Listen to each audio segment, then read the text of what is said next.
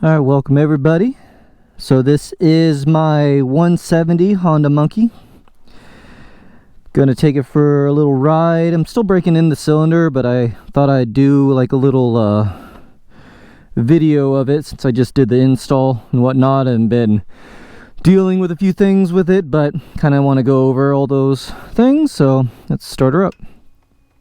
So a few things I've been having issues with was I do have the A Racer plus the AF1 on this, and I have tried pretty much every single map in the quick burn map section,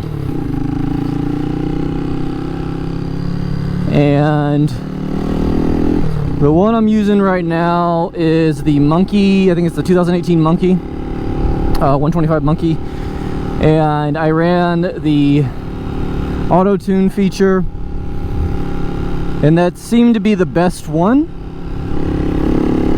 I also got new plugs. I have an NGK plug instead of the ones that come with the Monkeys. And then I've been having battery issues as well, so I've been kind of crazy with this bike. What was happening was once I got to about 90 degrees Celsius, I would have the bike cut out.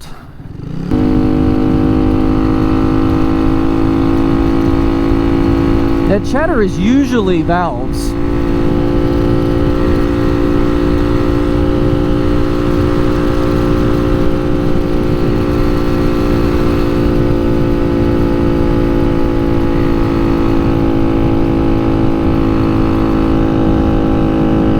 Yep, I just lost all my power again. The bike would just cut out and then die. So I'm not quite sure what that was about. I still don't know what that was about, but I switched out the plugs. I changed the valve adjustment screws that push on the valves. I changed those out with longer ones so that I can actually make the clearance, because I was bottoming out my exhaust port, my exhaust valve, and so I changed them out with the ones that came with the TB cam.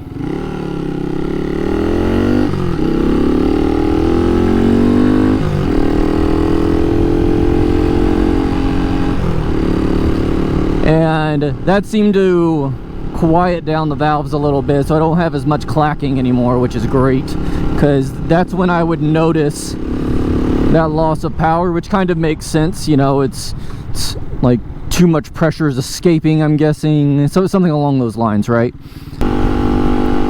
As far as like the 170 kit, you know, my 125 cylinder was actually performing very, very well. I figured with the 170 kit I would have quite a bit more top end, but it actually turned out to be a little bit more acceleration, which was pretty interesting. Again, I haven't topped out the bike yet or anything like that because I'm still in the break-in process, but as far as how the bike feels though, it feels a little bit quicker, I would say.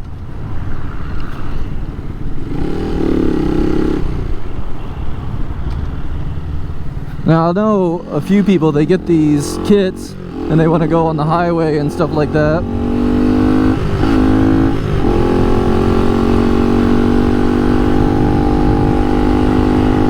And I don't know, maybe it's possible.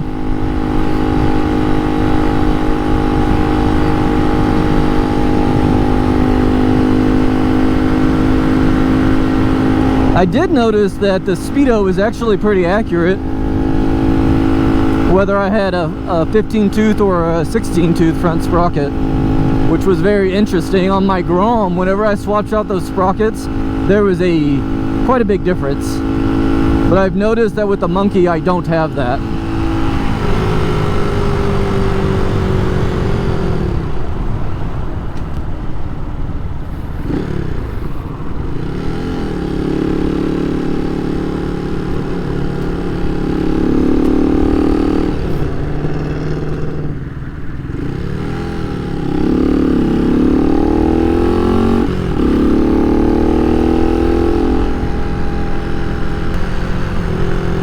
And I have been playing around with the fuel tables, and I stopped doing that because I kept having the cutout issues once my temperatures got hot. Like right now I'm at pretty good operating temperature.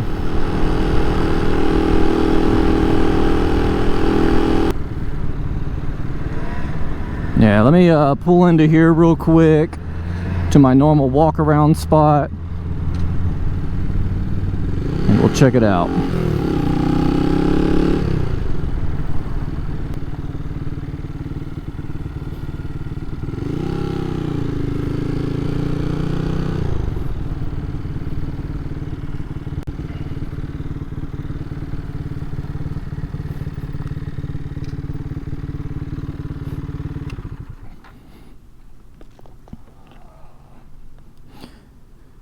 All right,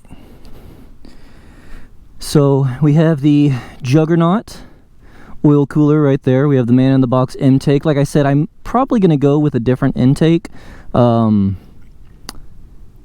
know that there's a few out there that kind of just come out this side and kind of just sit here, and they avoid running into the cables for the throttle body. So it's probably what I'm going to do. I'm going to go with something like that. I'm also looking at getting a different coil just to kind of get rid of that whole spark issue at the beginning, which I understand is just a bigger cylinder trying to push, so it takes a second to get started. I got that.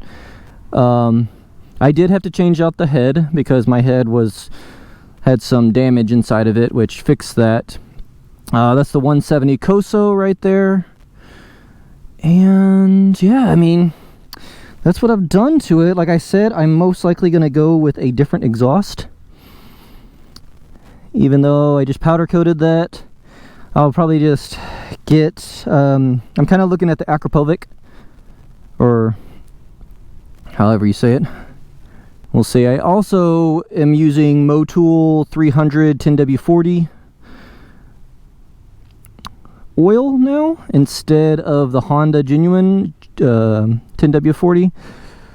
So that has actually been a really interesting experience because the oil is actually green. I don't know if you can see it. It's actually green right there.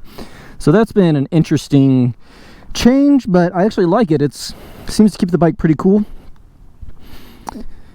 And I also had to cut the front fender because I was running into issues where it was going to bash into the oil cooler, so I cut that quite a bit. I also was able to mount the oil cooler behind this to keep the forks from hitting it.